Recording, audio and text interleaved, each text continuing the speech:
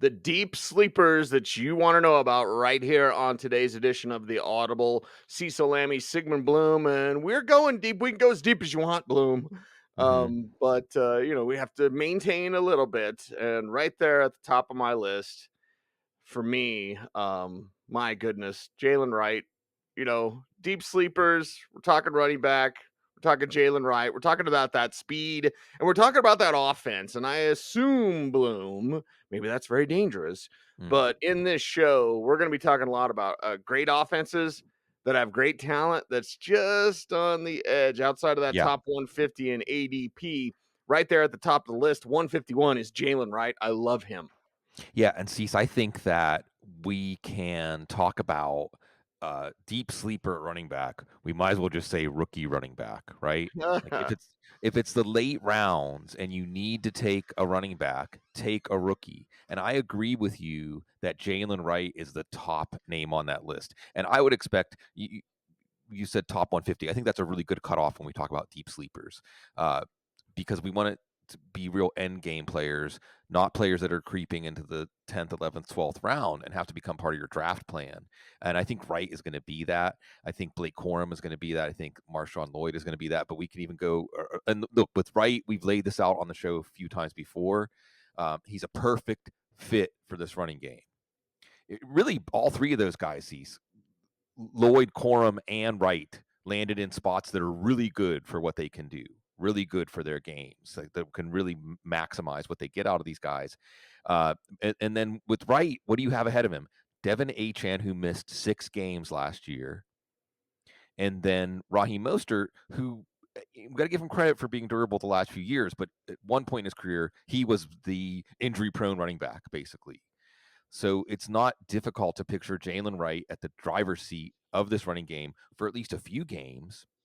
And this is one of the most productive running games in the league. See, I don't think in the entire history of this show, with the exception of last year, did we have a game where 8 running back touchdowns were scored. That's what happened in one game for the Dolphins last year. And it wasn't like that was some complete anomaly. There were lots of other games where the Dolphins running backs were running wild, and it's going to be Wright's turn starting this year.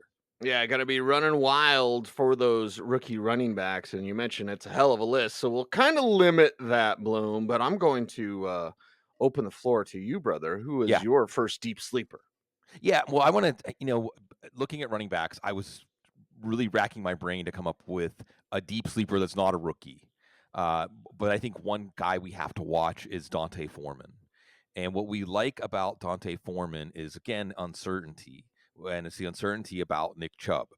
And I, one of the things I'm doing, Cease, because, we're fantasy analysts, right? Fantasy experts. And so much of the fantasy expert job is about where you disagree with the consensus, right? Oh, the consensus says this and they're wrong. That's why you can Right. get this player too, or like early, or the consensus says this and they're wrong. That's why you should never take this player. Or the consensus says this, and that's why it's time to trade for this player, or time to trade this player away, because you can see the hive mind, the conventional wisdom, and you feel like, well, the conventional wisdom's wrong, and you can profit. But I'm doing a little more. This is a sign that I'm getting old and soft in my old age. These Ha. I'm doing a little more. Well, what if the consensus is right? What if the consensus is right? The Okay. one that I'm just rejecting. In this case, it's Nick Chubb, because we love Nick Chubb on this show. We love Nick Chubb, right? See, so if you did a motorboating, hey, Matt Waldman, if you did a motorboating running back like T-shirt, would he be the running back, Nick Chubb, amazing. Yes. right? So we don't want to fade Nick Chubb. That feels sacrilegious. That feels like blasphemy. But indeed, the fantasy community is fading Nick Chubb when you look at his ADP, usually outside of the top 100. They just don't believe that he can come back from a second catastrophic knee injury. And I don't want to believe that. I want to believe that Nick Chubb is going to come back and be Nick Chubb. But what if he isn't? What if the fantasy community is right? Enter Dante Foreman. Now, this also could be a Jerome Ford take. I think Jerome Ford's around ADP 140. So he's not quite a deep sleeper, but he certainly is a potentially highly undervalued player. But Dante Foreman can do more than Kareem Hunt did last year. Remember, we had a Ford Hunt committee. And I remember we had Foreman scored 3 touchdowns in a game with Tyson Bagent at quarterback last year. He showed the Bears, who had him as a healthy scratch to open the season, that he still has something left in the tank.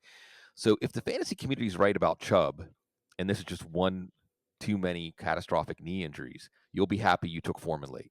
You will be happy you took Foreman late. What would you be happy about the New England offense outside of Kendrick Bourne staying healthy? Obviously not a deep sleeper, but right there past the 150 is one of my favorites, Antonio Gibson. And when I think of rookie quarterback, I think of dump off passes, even if Mhm. it's Drake May playing hero ball.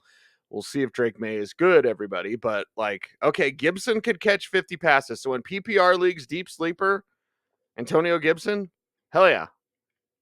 Yeah, I think that we have to be open to Gibson getting a role that could suit him for fantasy just because, as you said, this is an offense in the passing game lacking playmakers. We'll see whether it's Jacoby Brissett, who's a very safe quarterback, or Drake May, who's going to be coached to be safe in his first year as a starter if he gets out there. Yeah, absolutely relying on the dump off running back out of the backfield could be a big part of that. Antonio Gibson, we know, has speed. Antonio Gibson, we know, has the ability to be a lead back if Ramondre Stevenson goes down. So you have more than one path to value. This is something that you like in a deep sleeper. You plot out the path to value and you say, how can this deep sleeper hit? And by hit, we just mean we don't dump them 2 weeks into the season. Let's keep this in mind. This is another reason why I like Dante Foreman, by the way, is the ideal deep sleeper, even though we said rookie running backs, and rookie running backs are going to be important players in the last part of your draft.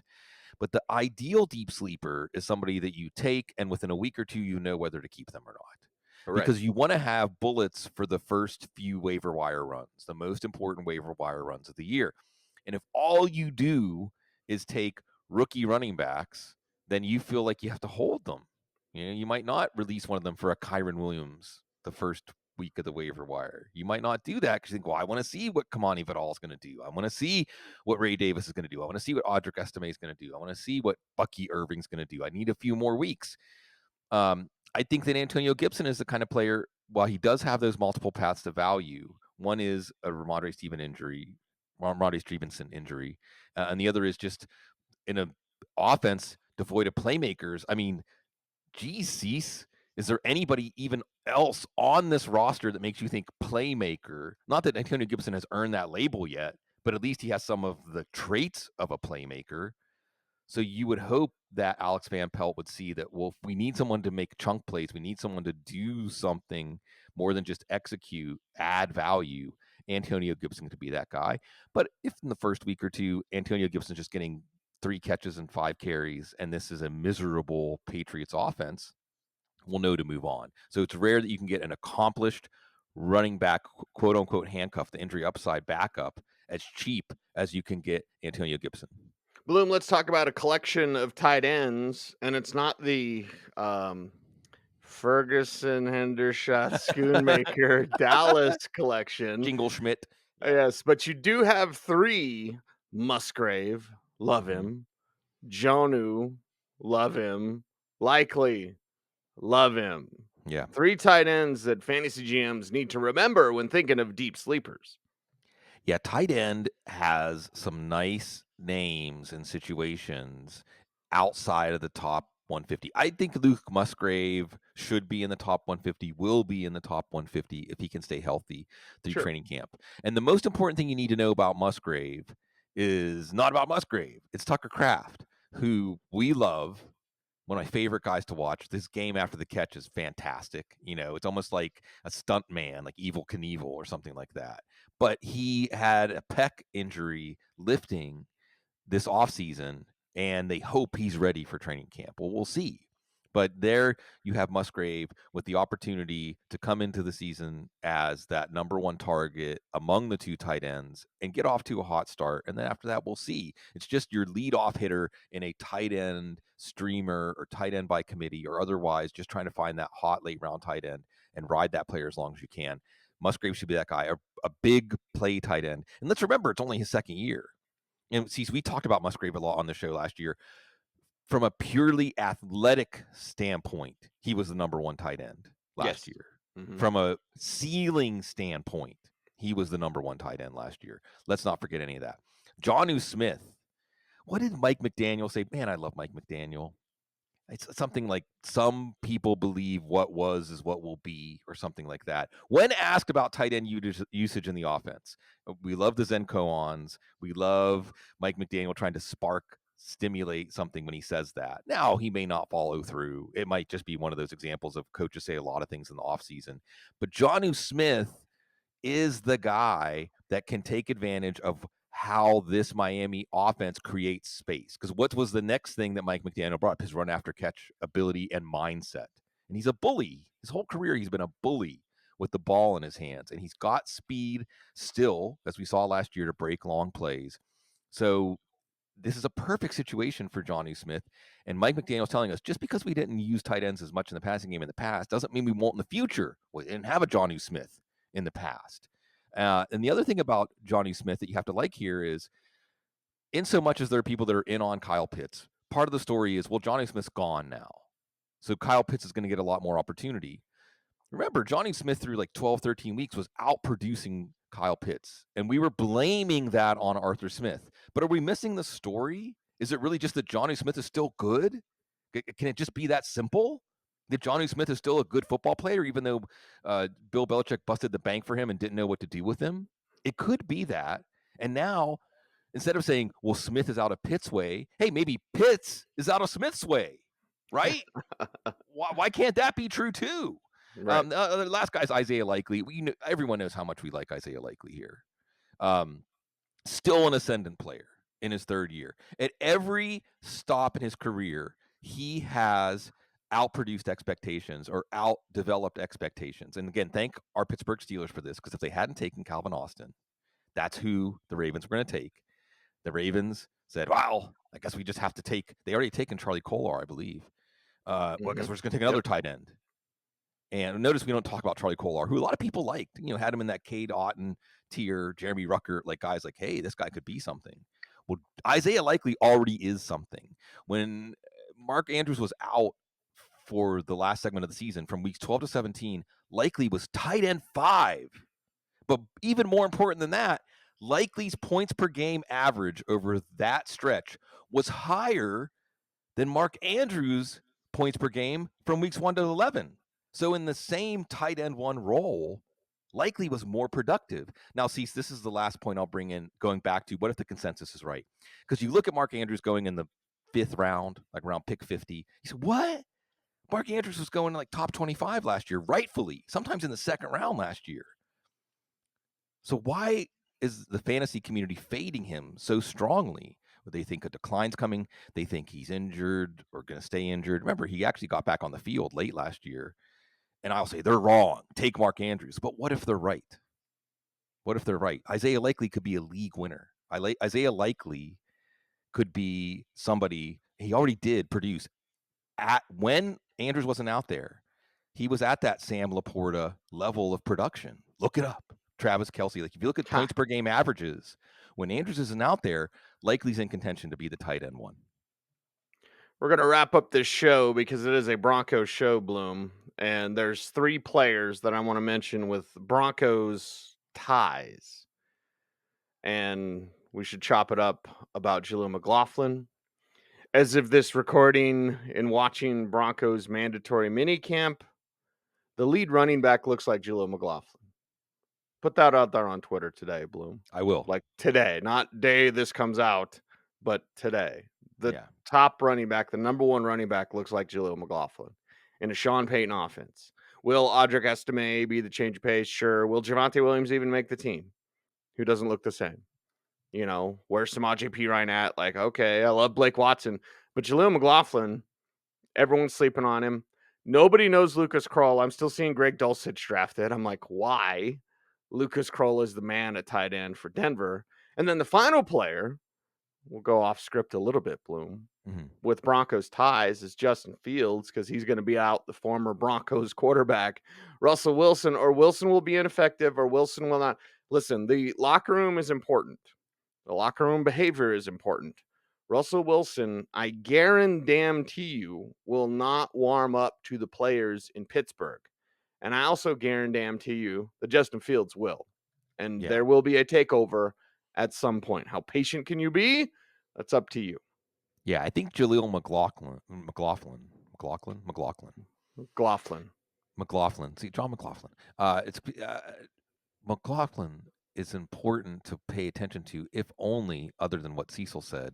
And look, folks, if you don't know Cecil, like if you just found this video, you're just learning us, like you know a lot more than you say you know, Cease. But when you actually say it about the Broncos, pay attention, folks. There have been many times over the years, Julius Thomas, there have been many times over the years that when Cecil says, hey, especially when it seems like an exaggeration or overstatement, because you understand how much weight your words carry. And you're just hearing coaches say, everybody saying he's better than last year. He's better, faster, looks focused. And then you put the cherry on top. Krull is interesting, if only because, like, enter Taysom Hill. Look, when Sean Payton likes somebody, who cares what the scouting report said? Who cares what the measurable said? Sean Payton likes a guy. Sean Payton's going to use a guy. Lucas Krull got Kenny Pickett drafted in the first round. I mean, I'm not going to argue with that because Kenny Pickett shouldn't have gone in the first round. Fields, and Cease, we have talked a lot about Fields, but I think what's really exciting about Fields in Pittsburgh, if he can beat out Russell Wilson, and there's a lot of different layers to that discussion, is that he won't be asked to do a lot. Okay. He's going to be asked, I think, it's Arthur Smith, play action passing. I think you're going to see stuff set up for him. I think that you're not going to see him in as many situations where he's holding on to the ball for too long, creating turnovers, basically. But his running ability is going to stay in play. It's going to stay in play. We've already seen in sputtering offenses with Justin Fields lacking confidence and lacking structure to create success. He has been a fantasy quarterback one, at times approaching an elite fantasy quarterback one. Now he has structure around him. Now he has a team that's going to set him up for opportunities to create game-breaking plays where the pressure's not on him to make those plays. His game could get to a whole other level this year. You get him at the end of your draft. Yeah, get him, rack him up, and call it good. That is a wrap for today's program. It's Deep Sleepers here on the Audible as we take you through the non-playing season. Of course, everyone stay tuned and also, well, stay frosty. But anyway, we have preseason watch list coming up before the preseason games kick off. So that'll be a cluster jam-packed shows. Audio-wise, it'll be 32 shows, and video-wise, it'll be 8 shows. But we'll have you covered, so make sure to stay tuned for that. Lots of stuff coming. Footballguys.com. Get ready for your fantasy drafts. Footballguys.com. Get in there now. Subscribe now, and we appreciate you. That's how you support the show. He's Sigmund Bloom. You follow him on Twitter X at Sigmund Bloom. I'm at Cecil Lammey saying the show's at the Audible. Stay tuned, would you please? Stay frosty.